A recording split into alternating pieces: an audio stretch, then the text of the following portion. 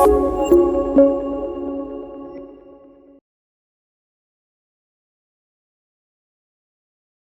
多謝大家今日再嚟收聽睇呢個講座嘅。咁今日咧，我係想同大家講下胃癌，究竟佢個症狀我哋係有啲咩要注意嘅咧？咁主要咧，胃癌嘅症狀咧，主要係會有呢個上腹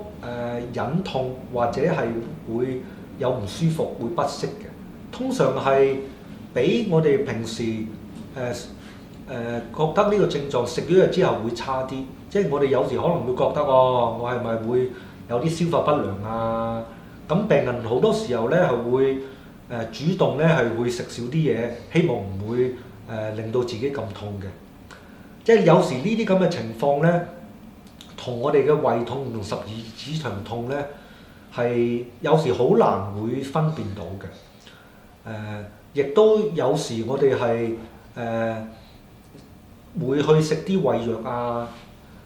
睇下有冇呢個情況改善到啊。咁如果喺啲胃癌嘅情況咧，食咗胃藥咧，係好多時候都唔會有任何嘅改善嘅情況嘅。咁我哋睇下呢個胃癌咧，其實主要係第二啲症狀咧，係睇下究竟嗰個癌係喺邊一個位置。如果係喺我哋個胃上邊嘅地方，喺呢個賁門嘅地方咧，因為佢喺上邊咧係會令到大家係食嘢食唔到，覺得啲嘢落唔到格，係會覺得吞啲嘢吞唔到落去嘅。但係如果係去咗個胃個尾個部分係幽門嘅情況咧，係會成日都覺得個肚好脹啊，想嘔嘅情況，因為咧佢喺個胃個尾嗰度咧，我哋食啲嘢係會喺個胃度裝住，咁慢慢喺度裝住，因為佢落唔到格嘅時候咧，個胃就會變到好大，咁就會令到大家會有呢個嘔吐嘅跡象嘅。咁個胃咧亦都有好多血管喺附近嘅。即係如果係我哋有呢個胃癌咧，係有個潰瘍嘅情況咧，亦都會病人咧係會有呢個吐血啊，或者有啲黑便啊嘅情況出現，或者有呢個嚟貧血啊咁嘅情況。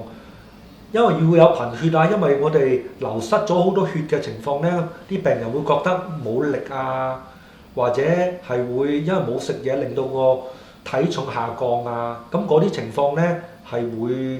會相繼出現嘅。而去到後期咧，如果我哋係喺個肚度摸到有啲腫瘤嘅惡塊咧，嗰啲已經係去到一個好晚期嘅跡象，好晚期嘅情況㗎啦。所以我哋要注意嘅咧，除咗我哋講嘅係會有啲消化不良啊，覺得個胃有啲痛啊、胃脹啊嘅情況，我哋係有一啲我哋叫做緊急嘅症狀咧。就如果係食嘢覺得困難，係覺得吞落去困難啊，有呢個嘔血啊或者作嘔啊，有呢個便血或者黑屎啊，或者有呢個體重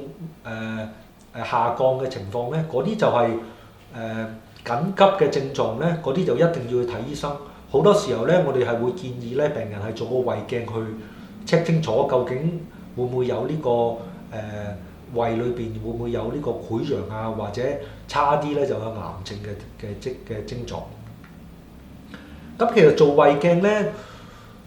係一個好普遍嘅手術仔嚟嘅。咁通常我哋叫啲病人咧喺12點之後咧就唔好食嘢啦。咁喺嚟到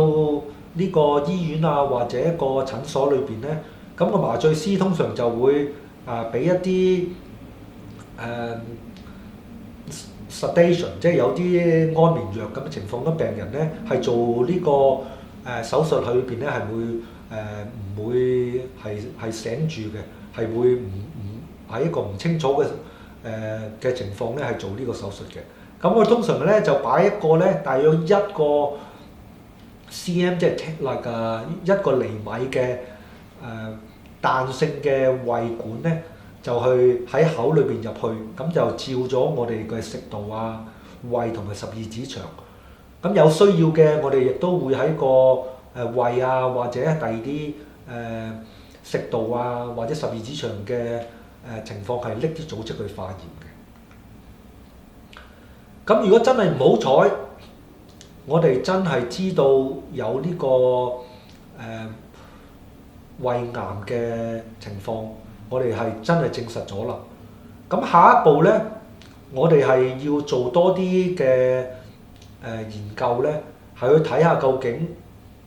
有冇擴散到。通常我哋喺呢個情況咧，我哋係會安排做一個 CT scan， 即係電腦掃描，或者係一個 PET scan 叫靜電子掃描。咁我主要係睇下有冇擴散咗，因為如果冇擴散，我哋可以做到呢個根切性嘅治療嘅時候咧，我哋5年個存活率咧係有50%嘅。但係如果係擴散咗嘅情況，即係我喺之前啲亦都有提過嘅，我哋叫做第4期嘅情況咧，個5年嘅存活率咧係少過10%嘅。但係喺呢個全部胃癌嘅5年嘅存活率咧，其實係大約係得30%度嘅啫。康恩關懷中心為癌症病人提供免費嘅支援同埋服務，如有需要，請致電0412384838。